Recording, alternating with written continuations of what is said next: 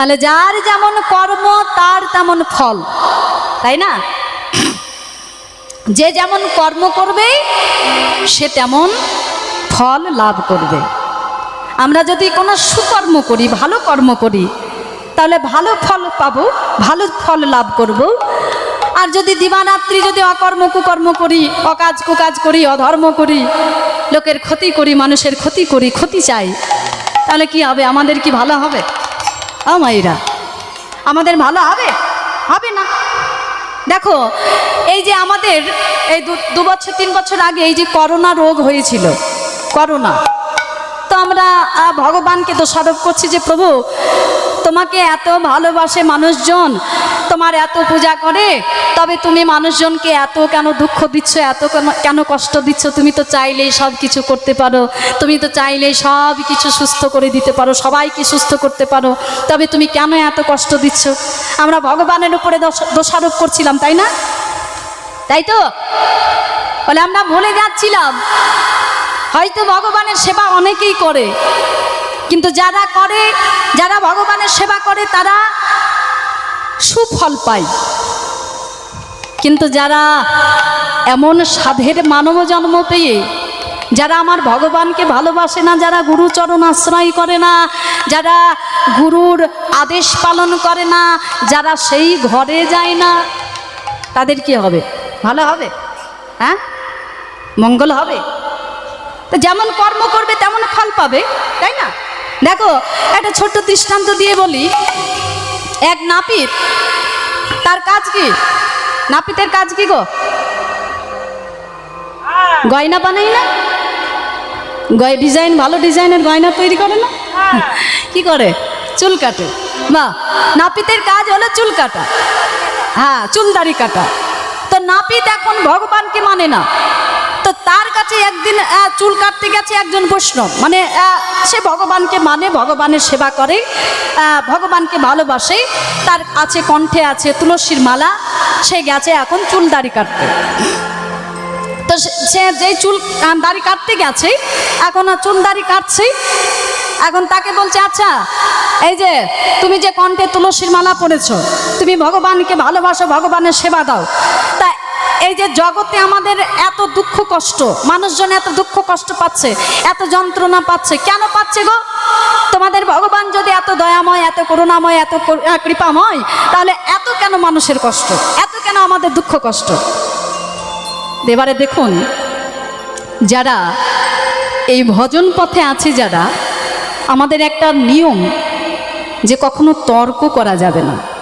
হ্যাঁ, যে জন তর্ক করবে বা তর্কে যাবে সে কখনো বৈষ্ণব নয়, তাই না? হ্যাঁ, তো যে জন চুল কাটতে গেছে কৃষ্ণ ভক্ত, সে মনে মনে চিন্তা করলেন তাই তো, এখন যদি আমি তর্ক করতে যাই তাহলে আমার গুরুর আদেশটা অমান্য করা হবে, যে আমার গুরু আদেশ করেছেন যে কখনো তর্ক করবে না, তর্কে যাবে না। তো এখন যদি আমি সঙ্গে সঙ্গে ওনাকে যদি উত্তরটা দিই তাহলে আমার তর্ক করা হয়ে যাবে, তাহলে আমি তর্ক করব না, তবে আমি এমনভাবে তাকে উত্তরটা দেব যাতে তর্কও না করা হয়, আবার উত্তরটাও দেওয়া হয়। তো সেই কৃষ্ণ ভক্ত বলে না চাই যায়, নাপিত ভাইয়া তোমার কাজ কি বলো তো? তোমার কাজ হলো চুল দাড়ি কাটা।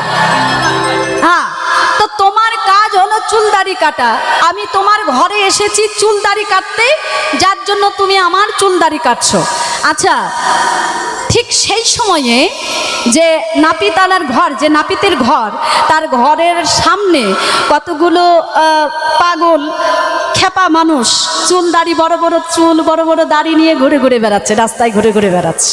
তা কৃষ্ণ ভক্ত বলছে আচ্ছা এই যে নাপিত ভাইয়া, তুমি তো নাপিত, এই যে তোমার কাজ হলো চুল দাড়ি কাটা, তা এই যে এতগুলো মানুষ, ওই দেখে, এই যে দেখেছো, ওই দেখো এতগুলো মানুষ, ওই দেখো বড় বড় চুল, বড় বড় দাড়ি নিয়ে ঘুরে ঘুরে বেড়াচ্ছে, তা তোমার কাজ তো হলো চুল দাড়ি কাটা, তা তুমি ওই মানুষগুলোর চুল দাড়িগুলো একটু কেটে দিতে পারো না? এই যে তুমি কাটতে পারো না?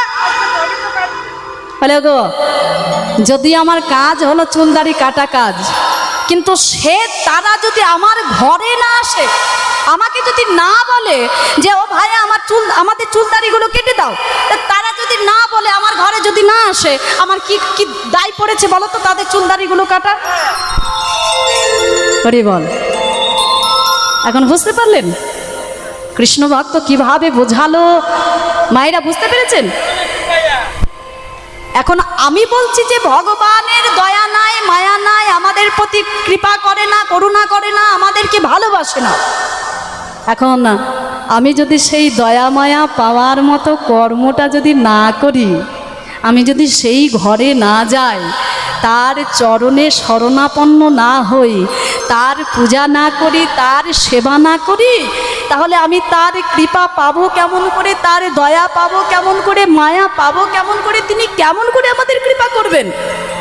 তাই না? নিতাই গৌর হরি বল, হরি বল। তাহলে আমাদের যদি তার কৃপা পেতে হয়, তার করুণা পেতে হয়, তার দয়া পেতে হয়, গুরুচরণ আশ্রয় করে আমাদের ভজন সাধন করতে হবে, ভজন পথে এগোতে হবে, তবেই তো আমরা তার দয়া মায়া পাবো, তিনি আমাদের কৃপা করবেন। হরিবল। তাহলে আমরা যেমন কর্ম করব ঠিক তেমন ফল পাবো। হরিবল। এখন চন্দ্রধ্বজ রাজা তিনি সেই মুনির অভিশাপে তিনি অবতীর্ণ হলেন এই দাপর যুগে কৃষ্ণ অবতারে কালীয় নামক একজন বিষধর সর্পরূপে। তার এত বিষের তেজ, এত তীব্রতা, বিষের জ্বালায় সকলে জরাজন্য। আর সেই সখাগণ জল খুঁজতে খুঁজতে আজকে হাজির হলো সেই কালীদহের তীরে। সেই বিষ জল তারা তো জানে না সেটা বিষ জল, তারা তো জানে না সেই জল পান করলে তাদের প্রাণ যাবে। তারা অবতীর্ণ হলেন সেই কালীদহের তীরে। আর যেই অবতীর্ণ হলেন, সখাগণ দর্শন করছেন কালীদহের সুন্দর জলে, তাহলে ব্রজবালকগণ কালীদহের বিষ জল তারা পান করলো। আর পান করে তাদের দশা কি হলো? বিষে ছটপট করে কালীদহের তীরে, কালীদহের তীরে ঢলিয়া পড়িল সকলে। ওই না ঢলিয়া পড়িল সকলে। বিষজল পান করে ব্রজবালকগণ সবাই ঢলে পড়ল। আমাইরা, আমরা যদি কেউ বিষ পান করি আমাদের দশা কি হবে? বিষে ছটপট করবো বিষের জ্বালাই, হ্যাঁ তাই না? তো ব্রজবালকগণ তারা তো কালীদহের বিষজল পান করলো, এখন তাদের দশা কি হবে? তারা ছটপট করছে। তবে আমরা যদি কোনো কষ্ট পাই, দুঃখ পাই, মানে যখন সেই সময় আসে, আমরা মৃত্যু শয্যায় পড়ে আমরা কাকে স্মরণ করি বলো তো? ভগবানকে। কাকে স্মরণ করি? গোবিন্দকে। তবে সেই অভ্যাসটা যদি থাকে তবেই তাকে স্মরণ করব। কিন্তু আমার যদি সেই অভ্যাসটাই না থাকে, হরিবল, আমি যদি এখন থেকে যদি আমি অভ্যাস করে রাখি তাকে স্মরণ করে করে, তবেই কিন্তু সেই সময়ে আমাকে তাকে স্মরণে আসবে। হরিবল। এখানে এটা কিন্তু জরুরি কথা। আমি যদি এখন থেকে যদি অভ্যাস করি, অভ্যাস থাকে আমার, তবেই কিন্তু সেই সময় আমার তাকে স্মরণে আসবে। আমি যদি অভ্যাস না করি তাহলে কি করে স্মরণে আসবে? হরিবল। অনেকেই আছে, অনেকে বলে না মৃত্যু শয্যায়, ওরে আমার মেয়েকে ডাক রে, ওরে আমার নাতনি আছে ওখানে ডাক, আমার খুব ইচ্ছে তার মুখখানা একবার আমি দেখব।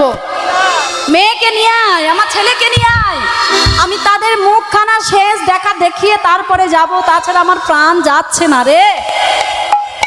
বলে না ও মায়েরা, বলে না? হ্যাঁ, তাহলে আমরা হলাম কলির জীব, আমরা সব সময় সংসারের কথা চিন্তা করি। সেদিনও চলে যাওয়ার সময়ও কিন্তু আমরা ভগবানকে, অনেক মানুষ আছে যারা ভগবানকে স্মরণ করতে পারে না। হ্যাঁ, অনেকেই আছে। আমার বাড়ির পাশে একটা কথা বলি, আমার বাড়ির পাশে আমার মানে শাশুড়ি মাই হচ্ছে দুঃসম্পর্কে শাশুড়ি মা। তো এমন অবস্থা, প্রাণ যাই অবস্থা, মানে ছেলে বৌমা কি করেছে, ছেলে বউ ওই ভাগবত পাঠক যারা পাঠ করে যারা তাদেরকেও ডেকে এনেছে, ভাগবত পাঠ চলছে। হ্যাঁ, কিন্তু সেই মানুষটার কেমন কপাল দেখুন, যাবার সময় হয়ে গেছে কিন্তু তিনি গেলেন না। এখন সেই মানুষটা এখন হেঁটে বেড়াচ্ছে।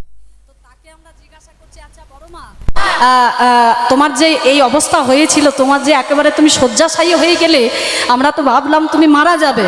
তা তোমার তখন কি মনে হচ্ছিল বলো তো? বলে হ্যাঁ, এত তাড়াতাড়ি আমি যাব? হ্যাঁ, এত তাড়াতাড়ি তোদেরকে ছেড়ে যাব আমি? এখন আমি অনেক দিন বাঁচবো, অনেক দিন থাকবো। বলে আচ্ছা সে নয়, তুমি থাকবে, তা তোমার তখন কি মনে হচ্ছিল বলো তো? বলে কেন, আমাকে নিতে এসেছিল সবাই। বলছে দেখুন, বলে আমার স্বামী আমাকে দেখা দিচ্ছেন, আমার কাছে এসো বলছে, সকলে বলছে। তা আমি বললাম যে কেন আমি এখন তোমাদের কাছে যাব? এখন আমি তোমাদের কাছে যাব না, আমি এখন থাকবো, এখন আমি এখানে থাকবো, সবার কাছে থাকবো, সবাইকে নিয়ে থাকবো। এত তাড়াতাড়ি আমি চলে যাব নাকি? তো আমি বলছি আচ্ছা তোমার একবার ভগবানের নাম করতে ইচ্ছে হলো না? বলে না, সে তো মনে হয়নি। বলে ভগবানকে ইচ্ছে মানে নাম করতে ইচ্ছে হয়নি? বলে না, তা তো হয়নি। তো এখনো অনেক মানুষ আছে যারা আসলে মনে আসবে কি করে বলো তো? সেই অভ্যাসটা তো নেই। হ্যাঁ, সেই অভ্যাসটা থাকবে তবেই তো সেই সময় আমার তার কথা মনে আসবে, তার কথা স্মরণে আসবে। এখন সখাগণ তারা তো বিষজল পান করেছে, বিষের জ্বালায় ছটফট ছটফট করছে, ঢলিয়া পড়িল সকলে ঢলে পড়েছে। কিভাবে ঢলে পড়েছে? কেউ বা তীরে, কেউ বা নীরে, তারা কেউ বা তীরে, কেউ বা নীরে, তারা কেউ বা তীরে, কেউ বা নীরে, তারা কেউ বা তীরে, কেউ বা নীরে, তারা ঢলিয়া ঢলিয়া পড়ে, কেউ বা তীরে, কেউ বা নীরে, ঢলিয়া ঢলিয়া পড়ে, কেউ বা তীরে, কেউ বা নীরে, তারা ঢলিয়া ঢলিয়া পড়ে, কেউ বা তীরে, কেউ বা নীরে, তারা ঢলিয়া ঢলিয়া পড়ে, তাদের প্রাণ তো আর বাঁচে না রে, ঢলিয়া ঢলিয়া পড়ে, রে ঢলিয়া ঢলিয়া তারা পড়ে, ঢলিয়া ঢলিয়া। পড়ে। তাহলে সখাগণ বিষজল পান করে বিষে ছটপট করতে করতে কেউ তীরে, কেউ নীরে, কেউ অর্ধেক তীরে, কেউ অর্ধেক নীরে, সবাই ঢলে পড়ল। তবে বিষের জ্বালায় ছটপট করতে করতে কেউ কিন্তু তারা কানাইকে ভুলে যাচ্ছে না। ও মায়েরা, সখাগণ বিষের জ্বালায় ছটপট ছটপট করছে বটে, কিন্তু কেউ একবার সংসারের মাতা পিতা ভাই বন্ধু আত্মীয় স্বজন কারোর কথা মনে করছে না, কারোর কথা স্মরণ করছে না। তারা শুধুমাত্র ভাই কানাইয়ের কথা চিন্তা করছে।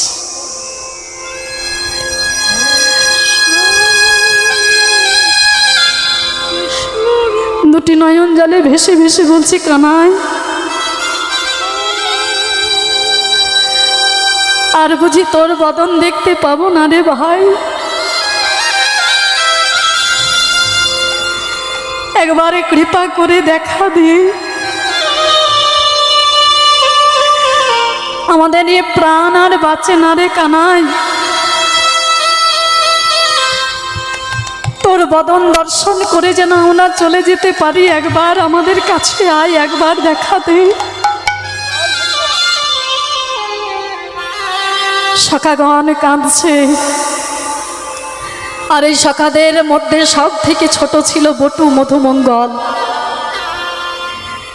মধুমঙ্গল কি করেছে জানো মাইরা? বালুকার উপরে ভাই কানাইয়ের একখানা মূর্তি অঙ্কন করেছে, আর মূর্তি অঙ্কন করে বদনে বদন দিয়েছে।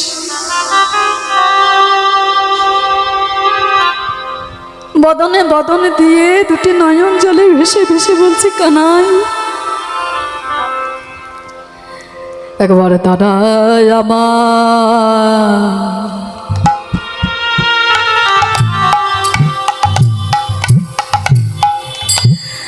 আমার রাখি রাগে, একেবারে দাদা তাই গৌর হরি বল, হরি বল, হরি বল। আখি লাগে একবার দাঁড়ায়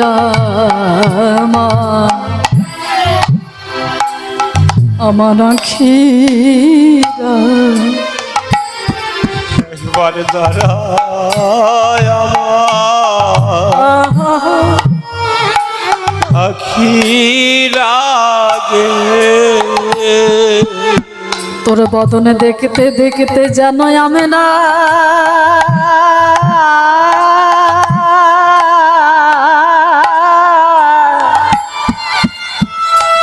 আমরা মরতে পারি। একবার দাঁড়ায় আমার আখিরা তোর বদলে দেখতে দেখতে যেন আমরা মরতে পারে। তোর বদনে দেখতে দেখতে যেন আমরা মরতে পারি। একবার দাঁড়ায় আমার আখির আগে। তোর বদনে দেখিতে দেখিতে আমরা মরতে পারে। বলে ওরে ওরে আমার জীবন কানায়। তোর বদনে দেখিতে দেখিতে মরিতে পারে। বলে ওরে ওরে আমার ভাই রে কানাই। তারে আমার আখির আগে। বলে ওরে ওরে আমার জীবন কানাই। একবার দাঁড়া আমার আখির আগে। বলে ওরে আমার ভাই রে কানাই। একবার দাঁড়া আমার আখির আগে। বলে ওরে আমার জীবন কানাই। একবার দাঁড়া আমার আখির আগে। বলে ওরে আমার ভাই রে কানাই। এবার দাঁড়া আমার আখির আগে। বিদায় গৌর হরি বল হরি বল। এবার দাঁড়া আমার আখির আগে। আমায় ভাই রে কানাই, দাঁড়া আমার আখির আগে। আমায় ভাই রে কানাই। দাঁড়া আমার আখির আগে।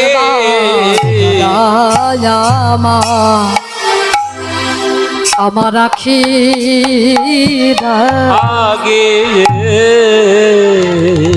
মধুমঙ্গল ভাই কানাইয়ের মূর্তিখানা অঙ্কন করে বদনে বদন দিয়ে দুটি নয়ন জলে ভেসে যাচ্ছে। কানাই একবারে কৃপা করে দেখা দে। শুনেছি মরণকালে যদি কেউ তোর বদন দর্শন করতে করতে যদি কেউ মরতে পারে, সে নাকি আবার পরজন্মে তোরে পায়। কানাই রে, আমরা বড় ভাগ্য ফলে তোর সঙ্গ পেয়েছিলাম, কিন্তু বেশি দিন তো তোর সঙ্গ লাভ করতে পারলাম না। আমাদের তো আশা মিটল না রে কানাই।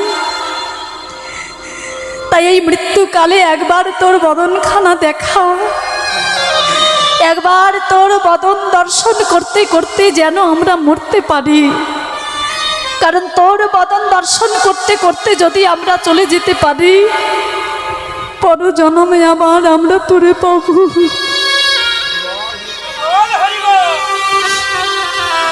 কানাই দেখা দে ভাই। মধুমঙ্গল দুটি নয়ন জলে ভেসে যাচ্ছে। সকাদের থেকে সব থেকে ছোট ছিল বটু। হরিবল হরিবল।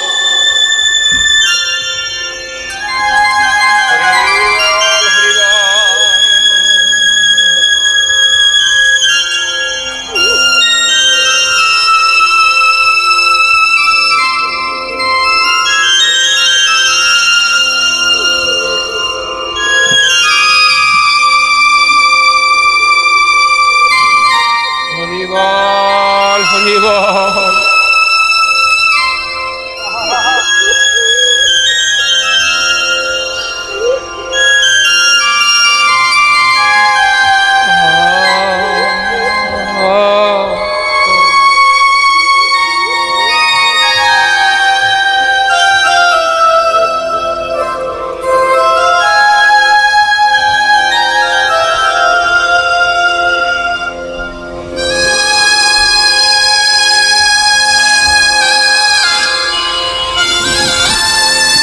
হরিবল। একেই তো বলে ভক্ত, তাই না মা? যিনি সদা সর্বদা আমার ভগবানকে স্মরণ করতে পারেন, যিনি শেষ কালে আমার ভগবানকে ভুলে না যায়, তিনি তো আমার ভগবানের ভক্ত। নিতাই গৌর হরিবল হরিবল। হরিবল হরিবল। মধুমঙ্গল দুটি নয়ন জলে ভেসে যাচ্ছে আর কানাইকে স্মরণ করছে। সখ্যরসের ভক্ত ছিলেন সখাগণ। এমন নয়ন জলে বক্ষ ভাসিয়ে যদি কেউ আমার ভগবানকে ডাকে, আমার ভগবান কি দূরে সরে থাকতে পারে গো? সখাগণ ভাই কানাই বলতে বলতে সমস্ত সখাগণ প্রাণ হারালেন, প্রাণ হারিয়ে পড়লেন তারা। আর ওদিকে ভগবান তিনি আর দূরে সরে থাকতে পারছেন না, ধৈর্য ধরে তিনি আর দাঁড়িয়ে থাকতে পারছেন না। ছুটতে ছুটতে চললেন সখাগণের কাছে। আর যেই সখাগণের সম্মুখে অবতীর্ণ হলেন, দেখলেন সখাগণ সবাই কেউ তীরে, কেউ নীরে, কেউ অর্ধেক তীরে অর্ধেক নীরে, সবাই পড়ে আছে সখাগণ। সবাইকে ডাকছে কিন্তু কেউ কোনো কথা বলতে পারছে না। প্রাণ থাকবে দেহে, প্রাণ থাকবে তবেই তো কথা বলবে বাবা। বলার প্রাণটুকুই তো নেই, যিনি বলবেন তিনি তো নেই, তিনি তো দেহ ছেড়ে চলে গেছেন, তাহলে কথা বলবে কে? আমার প্রাণ গোবিন্দ, আমার প্রাণ গোবিন্দ সখাগণের এই দুর্দশা আর সহ্য করতে পারলেন না। মনে মনে চিন্তা করলেন, আমার সখাগণের এমন দশা তো আমি সইতে পারবো না। আমার সখাগণের তো প্রাণ ফেরাতে হবে। আমি সখাগণের এমন দুর্দশা আমি তো সহ্য করতে পারবো না। তাই আমার প্রাণ গোবিন্দ সখাগণের প্রাণ ফেরানোর জন্য তিনি কি করলেন? অমৃত বর্ষণ দৃষ্টি করিলেন আকৃষ্টি। অমৃত বর্ষণ দৃষ্টি করিলেন আকৃষ্টি। অমৃত বর্ষণ দৃষ্টি করিলেন আকৃষ্টি। অমৃত বর্ষণ দৃষ্টি করিলেন আকৃষ্টি। প্রাণ পেল সব সখাগণে, সখাগণে প্রাণ পেল সব সখাগণে, ও কি আহারে। প্রাণ পেল সব সখাগণে, ও কি আহারে। প্রাণ পেল সব সখাগণে, আহারে। সমস্ত সখাগণ আমার প্রাণ গোবিন্দের অমৃত বর্ষণ দৃষ্টির দ্বারাই প্রাণ ফিরে পেল। আমার ভগবান সখাগণের অমন দুর্দশা সইতে পারলেন না, প্রাণ ফিরিয়ে দিলেন। আমার ভগবান তিনি তো ইচ্ছে করলে সব কিছু করতে পারে, তাই না? তার ক্ষমতা আছে না, অষ্টপ্রকার সিদ্ধি, তিনি চাইলেই সব কিছু করতে পারেন। অনিমা মহিমা লঘিমা গরিমা প্রাপ্তি প্রাগম্য ঈশিতা বসিতা, তার আছে না অষ্টপ্রকার সিদ্ধি, 8টি শক্তি। আমার ভগবান নিজের শক্তি দিয়ে সখাগণের প্রাণ ফেরালেন। আর যেই প্রাণ ফিরিয়ে পেল সখাগণ, সমস্ত সখাগণ সম্মুখে ভাই কানাইকে দর্শন করে ভাই কানাইকে জড়িয়ে ধরেছে। কানাই, কানাই তুই এসেছিস? কানাই রে, তুই যদি না আসতিস তাহলে আমাদের কি হতো বলতো? এই দহের জল পান করে না জানি আমাদের কি হলো, আমরা সকলে ঢলে পড়লাম, আর কিছুক্ষণের মধ্যে আমাদের যে কি হলো আমাদের আর কিছু মনে নাই। গোবিন্দ বললেন, ওরে সখা, তোরা চিন্তা করিস না, তোরা একটু ধৈর্য ধরে দাঁড়া, একটু ধৈর্য ধর। আমি তোদের ওই কালিদাহের বিষ জল পান করে তোরা প্রাণ হারিয়েছিলিস, আমি এই কালীয় নাগের মতো বিষধর সর্প এই বৃন্দাবনে আমি থাকতে দেব না। কারণ এই বৃন্দাবন হলো আমার মাধুর্য মণ্ডিত বৃন্দাবন। এই বৃন্দাবনে ওই কালীয় নাগের মতো বিষধর সর্প আমি তাকে বসবাস করতে দেব না। তোরা একটু ধৈর্য ধরে দাঁড়া, আমি কালীয় নাগকে দমন করে তাকে বিতাড়িত করে আমি উঠে আসি। তাই গোবিন্দ কি করলেন? বসনা আটিয়া পড়ি কদম্বের ডালে চড়ি, বসনয়াটিয়া পড়ি কদম্বের ডালে চড়ি,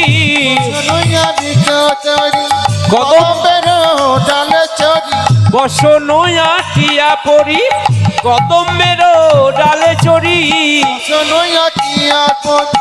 কদম্বের ডালে চড়ি, বসনয়াটিয়া পড়ি কদম্বের ডালে চড়ি, কদম্বের ডালে চড়ি, বসনয়াটিয়া পড়ি কদম্বের ডালে চড়ি। ভাবে দিল কালিন্দির জীবনে জীবনে, ঝাঁপি দিল কালিন্দি জীবনে জীবনে, ঝাঁপ দিল কালিন্দির জীবনে জীবনে, ঝাঁপি দিল কালিন্দি জীবনে জীবনে। আমার গোবিন্দ কি করলেন? কালীয় নাগকে দমন করার জন্য বসনেটে পড়লেন, সুন্দরভাবে মাথায় বাঁধলেন, ওই যে মাথার চূড়া সুন্দরভাবে বেঁধে এবারে গোবিন্দ আমার কি করলেন? মুরলীখানা ভালো করে কটিতে কটিতে গুজে নিলেন। এবারে কদম্ব বৃক্ষের ডালে উঠে আমার প্রাণ গোবিন্দ ঝাঁপ দিয়ে পড়লেন কালিদহের জলে। আর যেই কালিদহের জলে ঝাঁপ দিল, তীরে দাঁড়িয়েছিল সখাগণ, সখাগণ দুটি নয়ন জলে ভেসে যাচ্ছে। ওরে কানাই, যে কালিদহের জল পান করে আমরা প্রাণ হারালাম, কানাই তুই কিনা সেই কালিদহের জলে ঝাঁপ দিলি রে। ওই কালিদহের বিষজল পান করে আমরা প্রাণ হারালাম, তুই এসে আমাদের প্রাণ বাঁচালি। কিন্তু কানাই, তোর যদি কিছু হয়ে যায়, তোর যদি কোনো অমঙ্গল হয়, আমরা তো তোকে বাঁচাতে পারবো না ভাই। তুই কেন ওই কালিদহের বিষজলে তুই ঝাঁপ দিলি কানাই রে? তুই তাড়াতাড়ি উঠে আয়, তোর এই দৃশ্য আমরা দর্শন করতে পারবো না। তোর যদি কিছু হয়ে যায় আমরা সহ্য করতে পারবো না। আমরা ঘরে গিয়ে মা যশোমতীকে কি বলবো বলতে পারিস? গোবিন্দ বললেন, ওরে সখা, তোরা চিন্তা করিস না, তোরা একটু ধৈর্য ধরে দাঁড়া, আমি কালীয় নাগকে দমন করে আমি তারপরে উঠে আসছি। আমার গোবিন্দ কি করলেন? কালিদহের জলে সাঁতার দিচ্ছে, তা দেখে বালকগণ করে উচ্চ রুদন, ওরে কানাই কি কার্য করিলি, ওরে কানাই কি কার্য করিলি, জান দাস বড় দুঃখী মনমান্তর কার্য দেখি,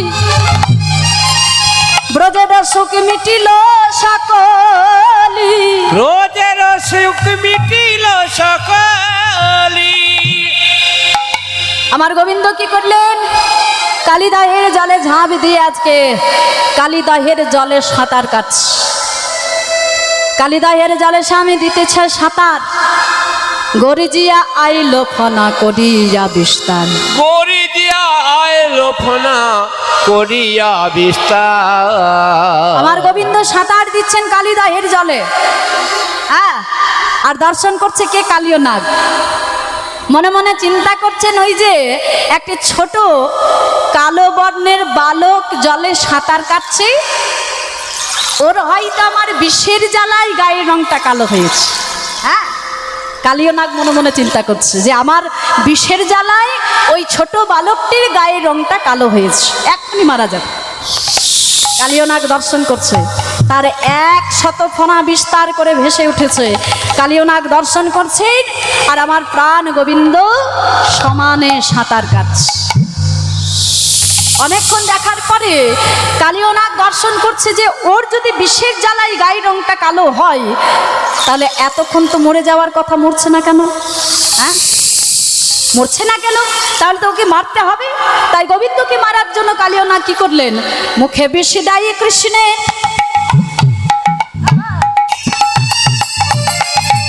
উৎকার করিয়া আজ চরণে দংশন করেন কোটিতে বেরিয়া। মুখে বিষি দেই কৃষ্ণের ভূতকার করিয়া চরণে দংশন করে কোটিতে বেরিয়া। কালীয় নাগ কি করলেন?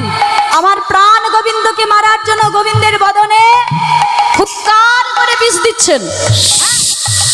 মুখে বিষ দেয় কৃষ্ণের ফুৎকার করিয়া, তাও মরছেন আমার প্রাণ গোবিন্দ। তখন কি করলেন? চরণে দংশন করে, বারবার করে চরণে দংশন করছেন। 100 ফণা দিয়ে কালীয় নাগ গোবিন্দের চরণে দংশন করছে, তাতেও গোবিন্দ মরছে না। তখন কালীয় নাগ কি করলেন? কোটিতে বেরিয়া। কালীয় নাগ আমার প্রাণ গোবিন্দের কোটিতে, কোটি মানে কোমর, আমার কোমরে জড়িয়ে ধরলেন। হ্যাঁ, লেজ দিয়ে ভালো করে জড়িয়ে ধরেছে আমার প্রাণ গোবিন্দের কোটিতে।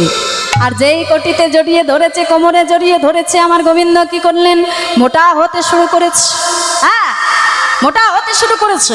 ওই যে অনিমা, মহিমা, লঘিমা, গরিমা, প্রাপ্তি, প্রাগম্য, ঈশিতা, বসিতা, ওই যে তার ক্ষমতা।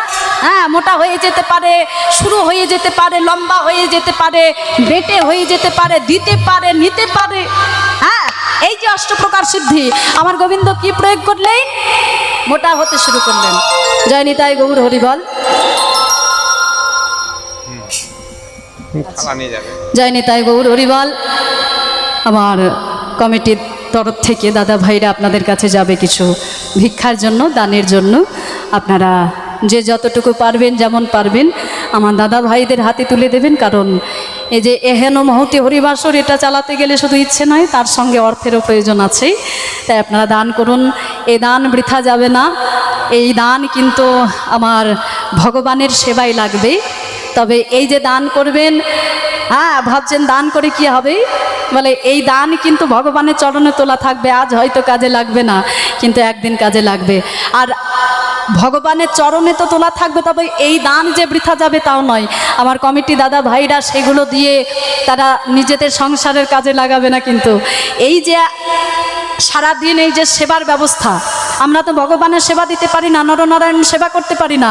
তাই এই যে আপনারা দান করবেন, এই দান একত্রিত হয়ে নরনারায়ণের সেবার ব্যবস্থা হবে। তাই আপনারা মন প্রাণ দিয়ে আপনারা সেবার জন্য আপনারা দান করুন। এই দান ভগবানের চরণে যাবে বা ভগবানের সেবায় লাগবে। দান করুন। নিতাই গৌর হরিবল, হরিবল, হরিবল।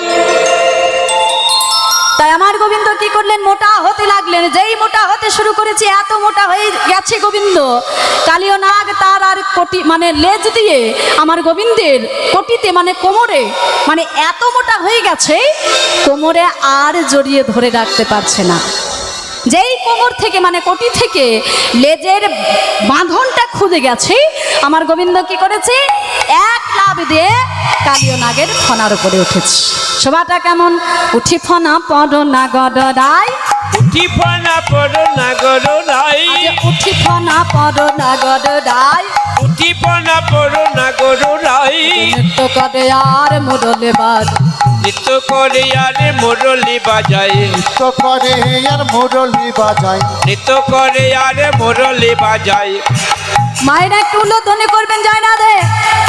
আজ নৃত্য করে আর মুরলি বাজ, নৃত্য করে আর মুরলি বাজায় নৃত্য করে আর মুরলি বাজায় নৃত্য করে আর মুরলি বাজায় যে নৃত্য করিছে নৃত্য করিছে নৃত্য করিছে নৃত্য করিছে এ ফনা পরে নটবরে নৃত্য করিছে ফনা পরিণত আবার নৃত্য করিছে এ ফনা পরে নটবরে নৃত্য করিছে ফনা পরিণত ওয়ে মুরলি বাজায়ে ফনা পরিণত আবার মুরলি বাজায় ফনা পরিণত আবার মুরলি বাজায় ফনা পরিণত আবার মুরলি বাজায় ফনা পরিণত আবার আজ নৃত্য করিছে নৃত্য করে আর মুরলি বাজায় নৃত্য করে আর মুরলি বাজায় আমার গোবিন্দ কালিয়া নাগের ফনার উপরে উঠে মনের আনন্দে মুরলি বাজাচ্ছে আর তার তালে তালে নৃত্য করছে ফনা হতে ফনান্তর গমন করছে ও মাইরা কালিয়া নাগের কত ফনা ছিল বললাম বাবরে মায়েরা দান করতে এত ব্যস্ত হয়ে গেছে আর এদিকে ধ্যান নেই কত ফনা বললাম 100 ফনা মা খুব সুন্দর কালিয়া নাগের 100 ফনা ছিল আমার প্রাণ গোবিন্দ ওই মুরলি বাজাচ্ছেন আর তার তালে তালে নৃত্য করছে ওই 100 ফনার উপরে হ্যাঁ নৃত্য করতে করতে একবার এদিকে চলে যাচ্ছে আবার নৃত্য করতে করতে এদিকে চলে আসছে ফনা হতে ফনান্তর গমন করছে তাতে কি হচ্ছে ওই কালিয়া নাগের 100 ফনায় প্রত্যেকটি ফনায় একটি করে মণি ছিল চরণের আঘাতে কালিয়া নাগের কি হচ্ছে ফনে মনে গণ পড়ায়ে খুশি মনি মনি গণ পরয়ে খুশি মনি মনি গান পড়ায় খুশি মনি মনি গণ পরয়ে খুশি পূজয়ে চরণ নখর শশী পূজয়ে চরণ নখর শশী পূজয়ে চরণ নখর শশী পূজয়ে চরণ নখর শশী যেন পূজা করিছে পূজা করিছে যেন পূজা করিছে যেন পূজা করিছে তার মনি দিয়ে যেন পূজা করিছে তার মনি দিয়ে যেন পূজা করিছে তার মনি দিয়ে যেন পূজা করিছে তার মনি দিয়ে যেন পূজা করিছে কালিয়া নাগ তার মণিগুলো দিয়ে মানে গোবিন্দের চরণের আঘাতে এমন ভাবে নৃত্য করছে গোবিন্দ চরণের আঘাতে সেই মণিগুলো সব খসে খসে পড়ছে আর এমন ভাবে খসে খসে পড়ছে চরণে যেন দেখে মনে হচ্ছে কালিয়া নাগ তার মণিগুলো দিয়ে আমার গোবিন্দের চরণ পূজা করছে আহা অতি সুন্দর দৃশ্য হ্যাঁ আর কি হচ্ছে চরণের আঘাতে সঘনে কদয়ে রুধির বমন সঘনে করয়ে রুধির বমন সঘনে কদয়ে রুধির বমন সঘনে করয়ে রুধির বমন দেহ ছাড়ি বাহির হয় প্রাণে দেহ ছাড়ি বাহির হয় প্রাণ দেহ ছাড়ি বাহির হয় প্রাণে দেহ ছাড়ি বাহির হয় প্রাণ সঘনে কদয়ে রুধির বমন চরণের আঘাতে কালিয়া নাগের বদন হইতে রুধির রুধির মানে কি ও মায়েরা রুধির মানে কি গো রক্ত বা মায়েরা তো দেখছি সবই জানে গো আমার তো কিছু বলার দরকারই নেই মনে হচ্ছে বা খুব ভালো লাগছে তাহলে রুধির মানে হচ্ছে রক্ত আমার গোবিন্দের চরণের আঘাতে কালিয়া নাগের ফনা হতে রক্ত রুধির এমনভাবে উতলে পড়ছে যেন দেখে মনে হচ্ছে বমি করছে ও মায়েরা আমাদের যখন শরীর খারাপ হয় পেট খারাপ হয় কি হয় বমি হয় না কেমন করে হয় সকলের হয়েছে নিশ্চয়ই একবার না একবার সকলেরই হয়েছে সকলেই জানো কেমন কষ্ট হয় হ্যাঁ তো কালিয়া নাগের চরণের আঘাতে তার বদন থেকে রুধির যেন উতলে পড়ছে এমনভাবে পড়ছে দেখে মনে হচ্ছে যেন বমি করছে সঘনে করাইয়া রুধির বমন যেন দেহ ছাড়ি বাহির হয় প্রাণ দেহ থেকে যেন প্রাণটা বেরিয়ে যাচ্ছে তবে প্রাণ তো যাবে না কেন কারণ সেই মুনি বলেছিল না যে তোমার প্রাণ যাই যাই অবস্থা হবে কিন্তু প্রাণ যাবে না কেন তোমার পত্নীগণের জন্য কারণ তোমার পত্নীগণ আমার চরণ ধৌত জল ফেলে না দিয়ে তারা পান করেছে চরণামৃত হিসাবেই তাই তোমার পত্নীগণের করুণ ক্রন্দনে ভগবান শ্রীকৃষ্ণ তোমার প্রাণ ফিরিয়ে দেবে এবারে দেখো কালিয়া নাগের প্রাণ যাই যাই অবস্থা আর এই দশা দর্শন করলেন কালিয়া নাগের পত্নীগণ তারা আর দর্শন করতে পারছে না সইতে পারছে না মনে মনে চিন্তা করছেন আমাদের পতির তো প্রাণ যাই যাই অবস্থা তাহলে আমাদের যদি পতি না থাকে তাহলে আমরা কি করব তাই কালিয়া নাগের পত্নীগণ কি করলেন ভগবানের সম্মুখে গিয়ে আজকে দুটি বাহু একত্রিত করে করো জোরে তারা মিনতি করছে, করজনে তারা করয় স্তুতি, করো জোরে তারা করো স্তুতি, করজনে তারা করয় স্তুতি, করো জোরে তারা করো স্তুতি, মোদের প্রতি যথামতি, মোদের প্রতি অধমতি, মোদের প্রতি আধগতি, মোদের প্রতি অধমতি, জ্ঞানহীন পামর কুটো জাতি, পুরো জাতি তুমি তো প্রভু দয়ার মনতি, দয়ার মূরতি, জ্ঞান দাস করে মিনতি, করে মিনতি, কি হবে মন কালিয়র গতি, কি হবে আমার কালিয়ার গতি। কালিয়র পত্নীগণ ভগবান শ্রীকৃষ্ণের সম্মুখে দুটি নয়ন জলে ভেসে যাচ্ছে। দয়াময় একবার কৃপা করো প্রভু, আমরা তো শুনেছি তুমি দয়াময়, তুমি কৃপাময়, তুমি করুণাময়, তুমি নাকি করুণার সাগর। তুমি কিঞ্চিত কৃপা করো, আমাদের পতির প্রাণটুকু তুমি ফিরিয়ে দাও। কারণ প্রভু তুমি তো জানো আমাদের পতি ছাড়া এ জগতে আমাদের আপন বলতে আর কেউ নেই। প্রভু তুমি তো চাইলেই তুমি সবই কিছু করতে পারো, তুমি কৃপা করে আমাদের পতির প্রাণটুকু তুমি ফিরিয়ে দাও।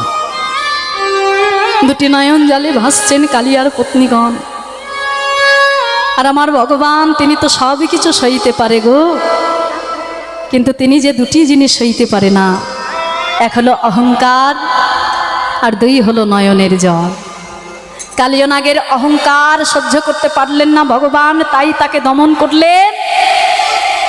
আর কালিয়র পত্নীগণ নয়নের জল সহ্য করতে পারলেন না আমার ভগবান, তাই আজকে কি করলেন, পত্নীগণের করুণ ক্রন্দনে আমার ভগবান শ্রীকৃষ্ণ কালিয়নাগের ফনা হইতে নাম। এবার কি বলল দেখুন, যে গো কালিয় তুমি তোমার অহংকার ত্যাগ করো, অহংকার ত্যাগ করে তুমি বৃন্দাবন ছেড়ে চলে যাও। আর যেই এই কথা বলেছে কালিয় নাগ ভগবানের চরণে আছাড় খেয়ে পড়েছে, প্রভু তুমি এত বড় অভিশাপ তুমি আমায় করো না, এত বড় অভিশাপ দিও না, কারণ তুমি এই যে আমাকে অভিশাপ করলে বৃন্দাবন ছাড়ার জন্য, চলে যেতে বললে বৃন্দাবন ছেড়ে, আমি কোথায় যাব বলতে পারো? আমি যেখানেই যাব সেখানেই ওই গরুর পক্ষী আমাকে ভক্ষণ করার জন্য সেখানে চলে যাবে।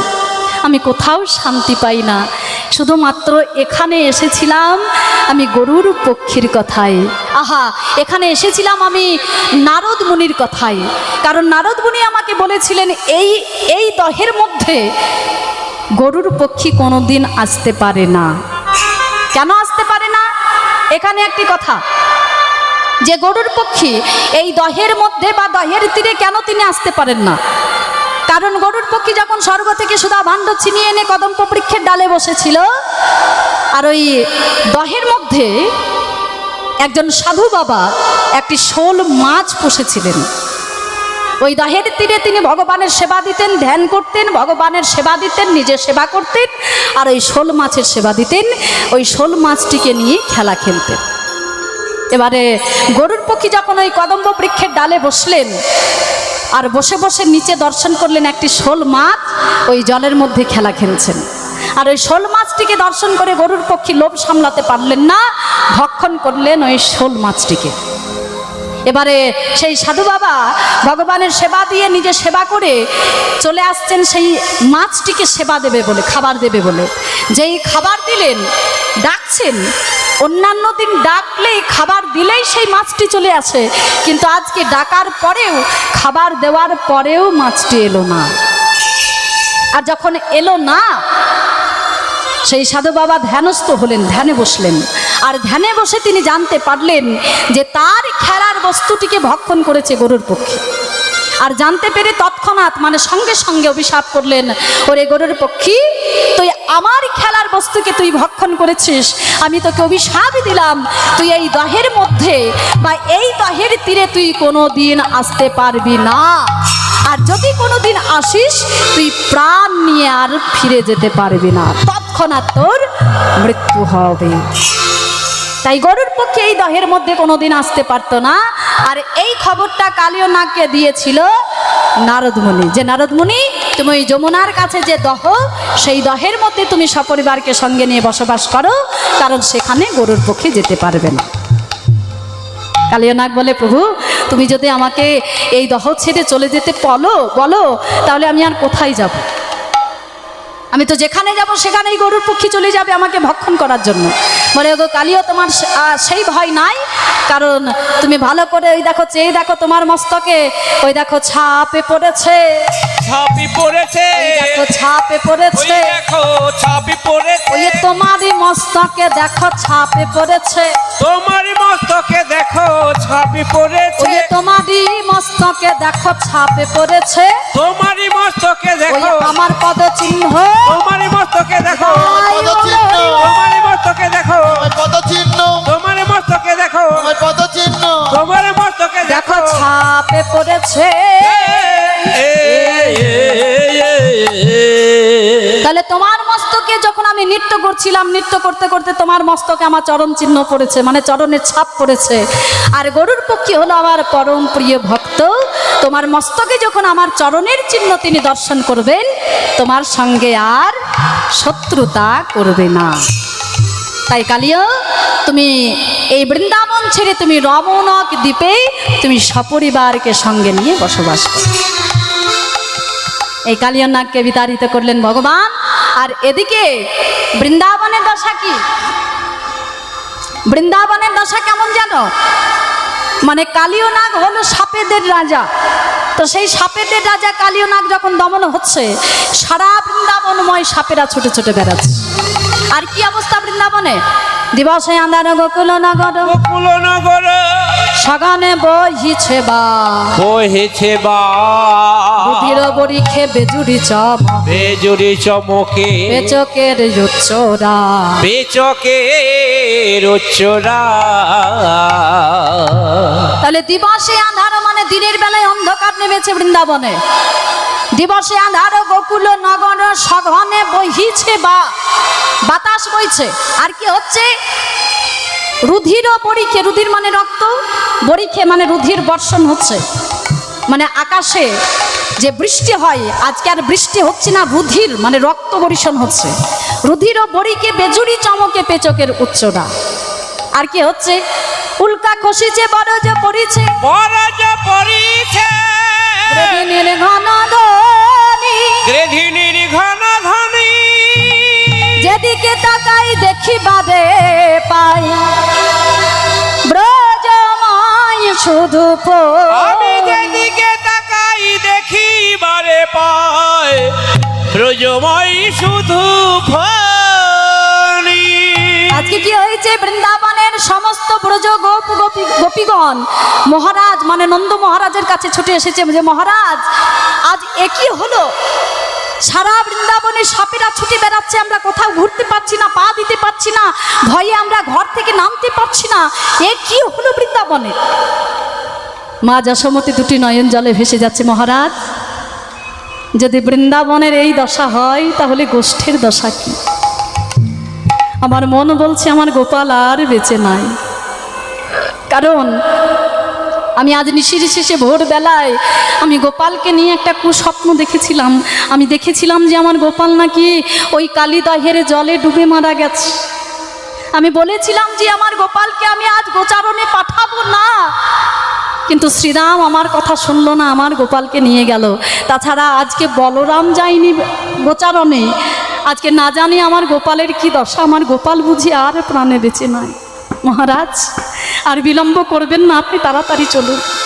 মা পাগলের মতো ছুটেছে, পাগলের হইয়া চলিল ধাইয়া, চলিল ধাইয়া, সঙ্গে যাই বলদেবা, সঙ্গে যাই বলদেবা, সব ব্রজবাসী কাঁদিয়া চলিল, দিয়া চলিল, প্রাণ গৌর করে সেবা, আনি গৌরী করে সেবা। মা যশোমতী চলেছেন ব্রজবাসীগণকে সঙ্গে নিয়ে, নন্দ মহারাজ চলেছেন গোপ গোপীগণকে সঙ্গে নিয়ে। দাদা বলরাম গোষ্ঠের পথ দেখাতে দেখাতে নিয়ে যাচ্ছে। মাগো মা, এই পথে নয়, এই পথে চলো।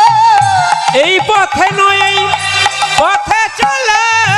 মাগো এই পথে নয়, এই পথে চলো। মাগো এই পথে নয়, এই পথে চলো। তুমি চলো চলো চলো মাগো, এই পথে নয়, এই পথে চলো। বলি চলো চলো চলো মাগো। এই পথে গেলে আমরা কৃষ্ণ পাবো।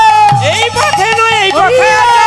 পথে গেলে কৃষ্ণ পাবো। এই পথে নয়, এই পথে চলো। মাগো এই পথে নয়, এই পথে চলো। আজকে ব্রজবাসীগণকে সঙ্গে নিয়ে দাদা বলরাম মা যশোমতীকে সঙ্গে নিয়ে অবতীর্ণ হলো সেই কালিদাহের তীরে। আর মা যশোমতী দেখলেন যে কালিদাহের তীরে সবাই আছে, কিন্তু তার গোপাল নেই। মা আমার মনে মনে চিন্তা করলেন, তাহলে আমি যা স্বপ্ন দেখলাম নিশির শেষে ভোরবেলায়, আমি গুরুজনার মুখে শুনেছিলাম যে ভোরবেলায় যদি কোনো স্বপ্ন দেখা যায় সেই স্বপ্ন নাকি সত্য হয়। তাহলে আমার সেই ভোরবেলার স্বপ্ন আজ সত্যি হলো। আমার গোপাল সবাই আছে, আমার গোপাল নেই, তাহলে আমার গোপালের নিশ্চয়ই কোনো অমঙ্গল ঘটেছে। ওরে শ্রীরাম, ওরে সুদাম, তোরা বল আমার গোপাল কোথায়? তোরা সকলে আছিস, কিন্তু আমার গোপাল কেন নেই? বল, তোরা বল আমার গোপাল কোথায় আছে? কেউ কোনো কথা বলতে পারছে না, সবাই নির্বকি হয়ে কাঁদছে।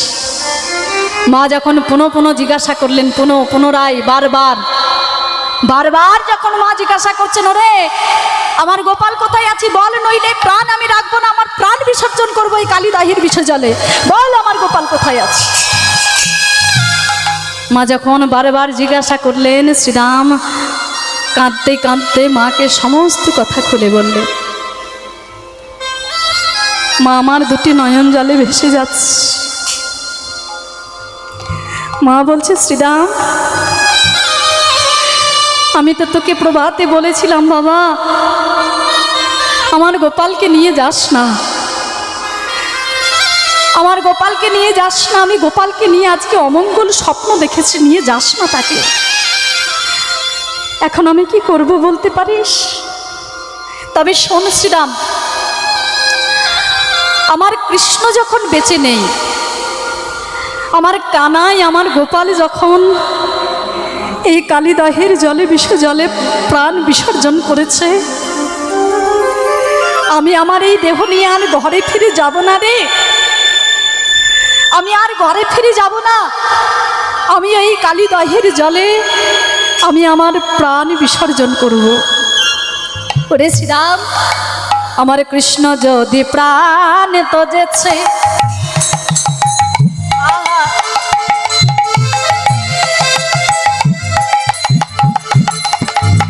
ওরে আমি নম দিব। আমার কৃষ্ণ যদি প্রণীত যেতে, আমিও মরিব। আমার কৃষ্ণ যদি প্রাণে তো যেছে, ওরে আমি নম দিব। আমার কৃষ্ণ যদি প্রণীত যেতে, আমিও মরিব। আবার কৃষ্ণ হারা হইয়া ঘরে আমি ফিরিয়া না যাব। ওরে শ্রীরাম, কৃষ্ণ হারা হইয়া ঘরে ফিরিয়া না যাব। শ্রীরাম, আমার কৃষ্ণ যখন এই কালিদাহির বিষজলে ঝাঁপ দিয়ে প্রাণ বিসর্জন করেছে, আমিও আর ঘরে ফিরে যাব না রে। আমার কৃষ্ণের সঙ্গে আমার গোপালের সঙ্গে এই কালিদাহির জলে আমিও ঝাঁপ দেব। কেন জানিস? ওরে আমি ঘরে ফিরে গিয়ে কি করব বলতে পারিস? যার জন্য আমার সংসার যার জন্য আমার এই গৃহকর্ম, যে গোপালের জন্য আমার বেঁচে থাকা, সেই গোপাল যখন আমার বেঁচে নেই, ওরে কি ঘরে কাটায় একা।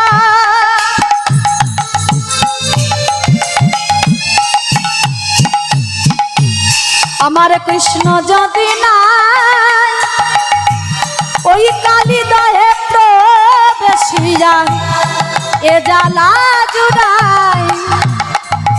কি ঘর রয়ে কাজ আমার কৃষ্ণ যদি নাই, কলি বহে প্রবেশিয়া এ জ্বালা জুড়াই।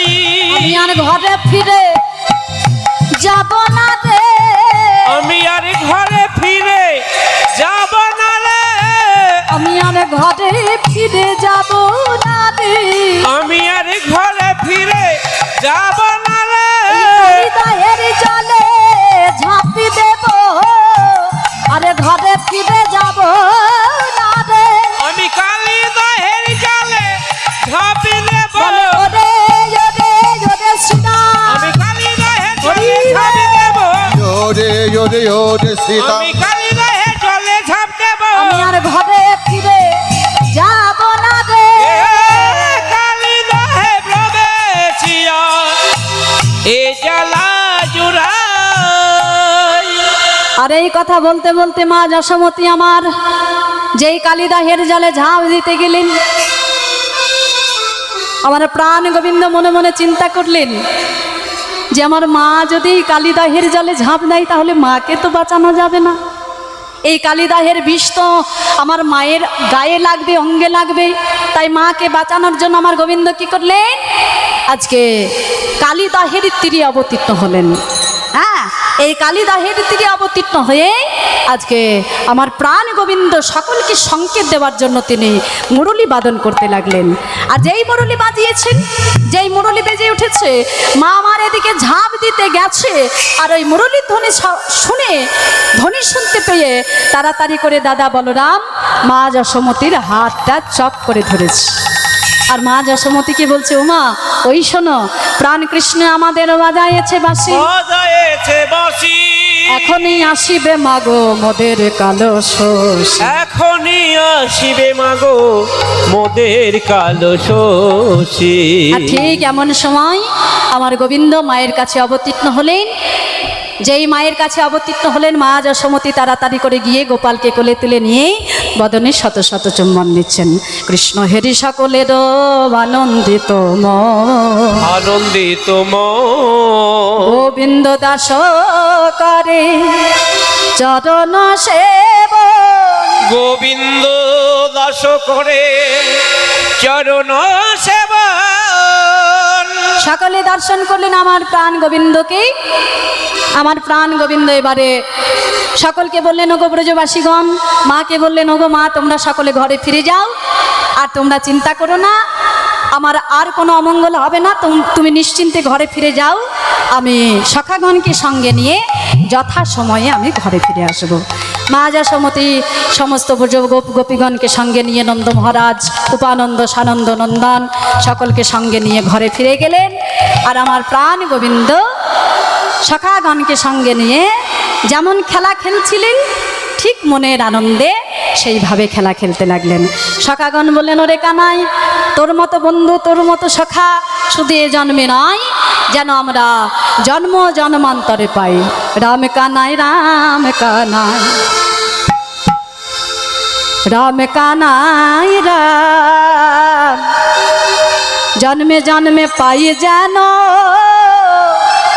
কানাইয়ের মতো ভাই। রাম কানাই, রাম কানাই, রাম কানাই রাম, জন্মে জন্মে পাই যেন কানাইয়ের মতো ভাই। রাম কানাই, রাম কানাই, রাম কানাই রাম, জন্মে জন্মে পাই যেন কানাইয়ের মতো ভাই। রাম কানাই, রাম কানাই, রাম কানাই রাম, জন্মে জন্মে পাই যেন কানাইয়ের মতো ভাই। আরে রাম কানাই, রাম কানাই, রাম কানাই, রাম